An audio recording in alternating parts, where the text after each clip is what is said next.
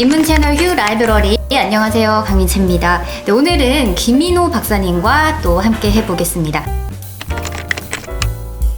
이제 요즘 아직도 저희가 코비드가 끝나지 않았잖아요. 그래서 그거와 관련된 이야기를 좀 해보려고 전염병 역사를 흔들다라고 하는 책을 해보려고 가져왔습니다. 아, 또 요즘 막 하루에 34,000명씩 막 나오니까. 그렇죠. 예. 우선 이 책의 저자 마크 해리슨에 대한 설명부터 좀 부탁드립니다. 예, 뭐 마크 해리슨 저도 잘 아시는 분은 아닌데요.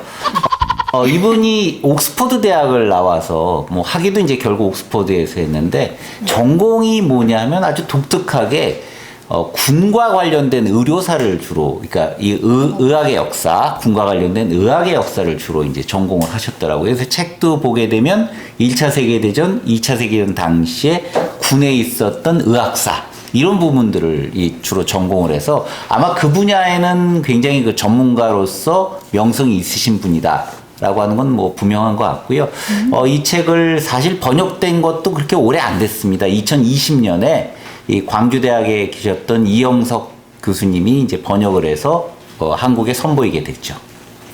네, 이 뭐 700년에 걸쳐서 6개 대륙에서 벌어진 전염병과의 투쟁을 정리했다라고 적혀 있는데 맞아요? 예, 그렇습니다. 이게 굉장히 이제 전염병은 과거에도 이제 문제가 됐기 때문에 거기에 대해서 이제 관련을 가졌고, 특히 아마 이게 군하고 관련을 지었던 거는 군대라고 하는 게 이제 사람들이 모이다 보니까 옛날부터 제일 문제가 전쟁에 나가서 죽는 사람보다는 실제로 전염병 같은 병으로, 질병으로 죽는 사람이 더 많았었어요. 그게 언제적까지 그랬냐면은 베트남전 당시까지만 해도 이런 병으로 죽는 사람들이 훨씬 더 많았거든요. 그러니까 여기에 대해서 이제 관심을 가지고 연구를 시작했던 것으로 보이네요.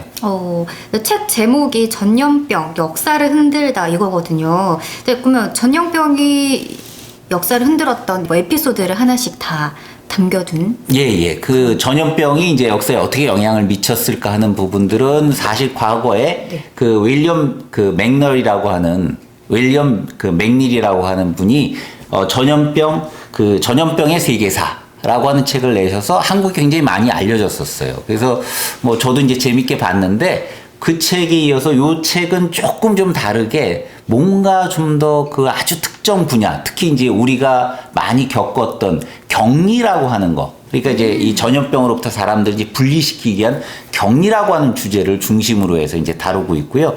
특히 이게 이제 상업이 전염병들을 어떻게 퍼뜨렸을까? 네. 그리고 이제 각 나라들은 그렇게 퍼뜨리는 전염병을 어떻게 하면 막으려고 노력을 했을까? 하는 쪽에 이제 초점이 맞춰진 그런 책이라고 보시면 될 것 같습니다. 그럼 이 책은 현대 이야기도 담겨 있나요? 예, 당연히 이 책의 아주 특징이 재밌는 게 보통 역사학 하시는 분, 뭐 저를 포함해서 다 그렇지만 대개 역사학을 하시는 분들이 현대 문제를 뭐 다루거나 하는 경우가 많지가 않은데 이 책은 재밌게도 현대에서의 이게 상업에서의 보호주의라고 하는 이제 장벽으로 이렇게 교류라고 하는 부분들이 전염병하고 어떤 관련이 있는지, 그리고 그런 이 전염병에 대해서 국제적인 협조 체제가 어떻게 발전돼 왔는지, 뭐 이런 부분들도 얘기를 하고 있고요. 무엇보다 재밌는 게 그런 이제 국제적인 협조 체계가 강대국하고 개발도상국에게 차별적으로 적용되는 그런 내용도 있고요.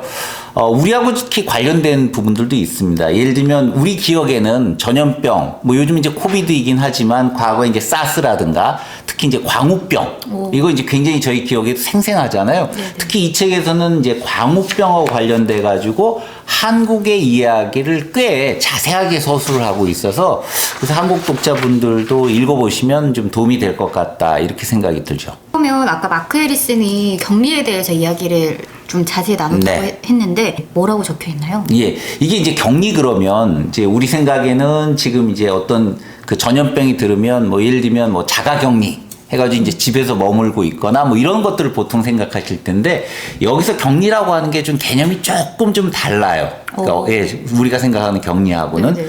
어떤 부분이 좀 차이가 있냐면 원래 그 격리라고 하는 것 자체는 사실 14세기 이전에는 있지 않았다라고 생각을 했습니다. 왜 그러냐면 전염병의 원인 때문에 그러는 건데 그 14세기 이전에 뭐 유럽 사람들은 전염병의 원인 자체를 그 신전, 그러니까 신을 모신 곳 자체 성스러운 곳이잖아요. 그것이 이제 더럽혀지고 오염돼서 전염병이 퍼진다라고 생각을 했거든요.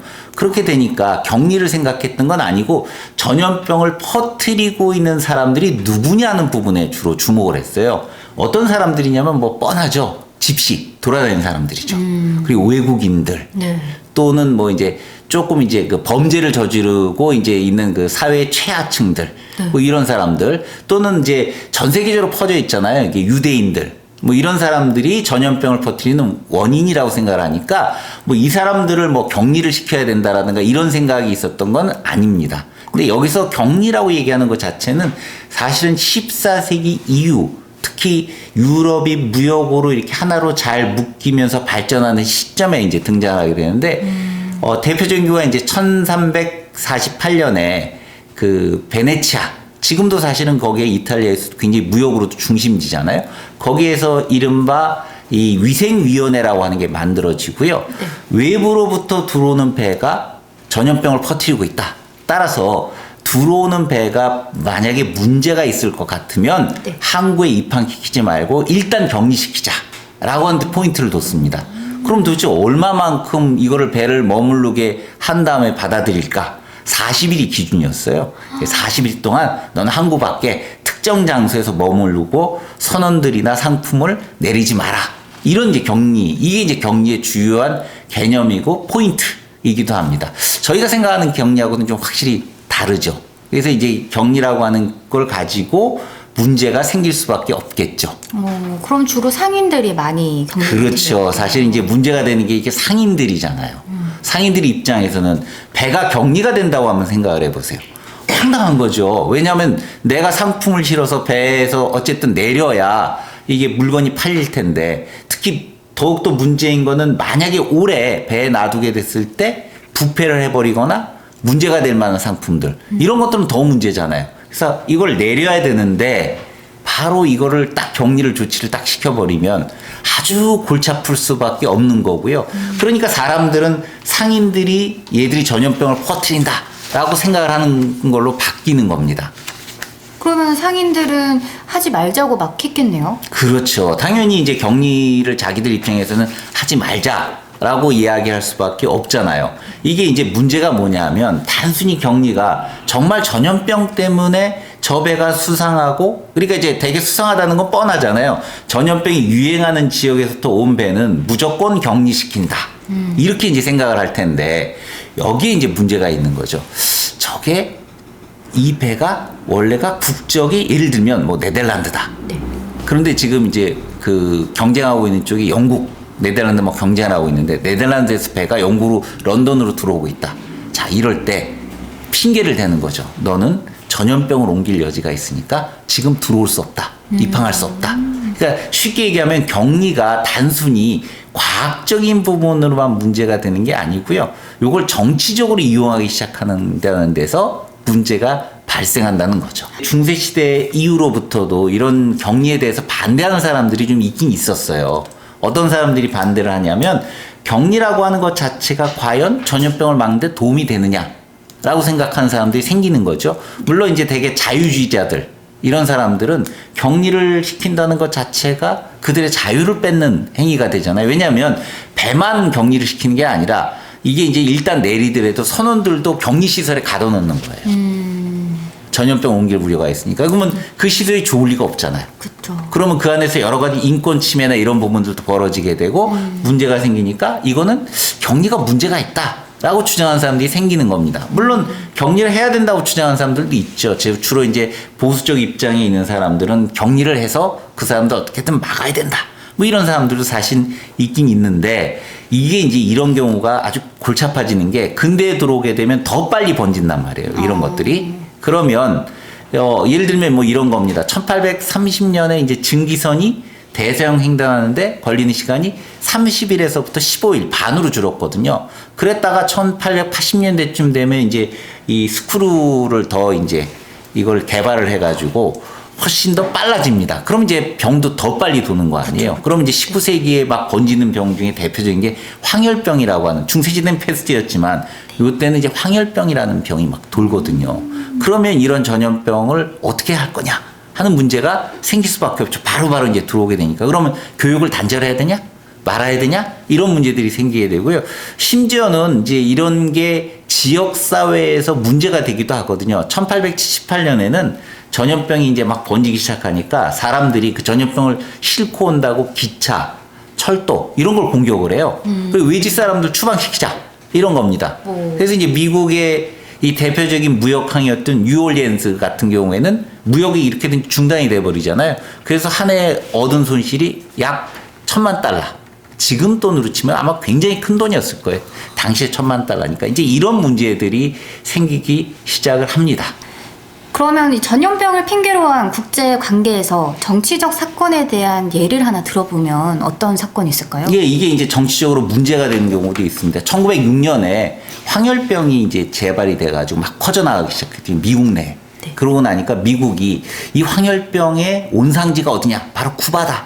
이렇게 이제 그 원인을 돌리고 쿠바 침공의 구실로 삼은 게 바로 이 황열병 탓을 돌립니다. 사실 황열병은 모기가 옮기는 거거든요. 맞아요. 이게 나중에 이제 파나마 운하를 건설할 때 미국이 사실 이 황열병을 퇴치하려고 엄청나게 애를 쓰게 되는데 프랑스는 사실 이 황열병 때문에 실패를 했거든요. 근데 이제 이런 것들이 결국 핑계가 되면서 정책 사건으로 번지기도 한다는 이야기입니다. 근데 현재 각 정부가 위생적 예방 조치를 과거보다 남용하는 경향이 있다라고 책에 쓰여 있대요. 진짠가요? 예, 사실은 이제 그 책에 보면 2009년에 이제 조류독감, 지금도 한국에도 조류독감 뭐 발생하는 겨울철 되게 되면 엄청나게 또 이게 문제가 되고, 과거에는 이 조류 이 독감 유행이라는 게 엄청나게 신경들을 많이 썼거든요. 그래서 2009년도 당시에도 그 대유행할 때 네. 이게 이제 각 나라마다 국제기구의 이제 지침이라고 하는 게 있는데, 이런 거를 갖다가 대응할 때 그런 지침을 넘어서서 과도하게 이제 그 이런 것들을 막으려고 하는 거죠. 그럼 이제 문제가 뭐가 되냐면, 뭐 무역이 막히거나 뭐 기타 등등, 예를 들면 뭐 그 나라의 조류 독감이 발생을 했다. 네. 그러면 이제 그 나라에 이제 가금류를 수입해 오는 네. 그런 그 입장에 있는 이 선진국 같은 경우에는 그걸 이제 금지시켜 버리잖아요. 그러면 이제 개발도상국 입장에서 보면 굉장히 타격이 커지는 거죠. 아예 농수산물 자체가 못 넘어간다든가 이렇게 되면 그 사람들은 이제 개발도상국 주 산업이 이 농수산물인 경우가 많잖아요. 그렇게 네. 되니까 이런 경우에 손해를 많이 본다. 뭐 그래서 지금도 사실 그렇긴 하죠. 예. 그래서 과거보다 남용하는 네. 경향이라는 게 개발도상국의 거를 이렇게 수입을 안 하고 이런 그렇죠. 거라서 예. 좀 부정적으로 예. 표현을 한 예. 거군요. 이 책의 결론에서 소개할 내용은 예, 그거는 이제 아마 강 아나운서께서 잘 읽어주시긴 할 텐데요. 이 부분 제가 어쨌든 읽을게요. 예, 이거 이제 그래야 될 텐데. 모든 당사자들은 자신들의 주장을 입증하기 위한 시도로 과하게 호소하지만 무역의 위생 규제에 순수하게 기술적인 해결책은 결코 있을 수 없다. 그렇지 않다면 제안하는 것은 기껏해야 순진하고 나쁘게 말하면 위험한 허구다. 무역의 자유를 유지하고 위생 보호를 제공하는 우리의 가장 큰 희망은 어떤 이익 집단도 어떤 국가나 무역 블록도 지배력을 행사하지 못하도록 하는 것이다. 결국은 이제 이런 그 위생 조치나 이런 것들, 그 위생 보호라고 하는 것 자체가 이게 어떤 이익만을 위해서, 그러니까 특정 이익 집단이라든가 또는 어느 국가의 한 국가의 이익만을 위해서 움직이면 이게 참 곤란할 수 있다. 결국 이런 것들이 이제 정치와 관련돼서 그 정책 판단에 의해서만 이루어질 때는 문제가 있을 수 있다라고 하는 내용인데요. 네, 오늘 김인호 교수님과 함께 이 전염병 역사를 흔들다라는 책에 대해서 얘기를 나눠봤습니다. 이 한나라에 국한한 전염병 투쟁사가 아니라 700년에 걸쳐서 일어났던 전염병과의 투쟁을 추적한 세계사니까요. 이 전염병의 여파가 역사의 흐름을 어떻게 바꿨는지, 또 각 나라가 대응했던 방식들을 알아보시면 좋을 것 같습니다. 그럼 저희는 다음 이 시간에 또 뵐게요. 다음에 또 뵙겠습니다. 아, 귀여우신데요? 구독, 좋아요 눌러주세요. 구독, 좋아요.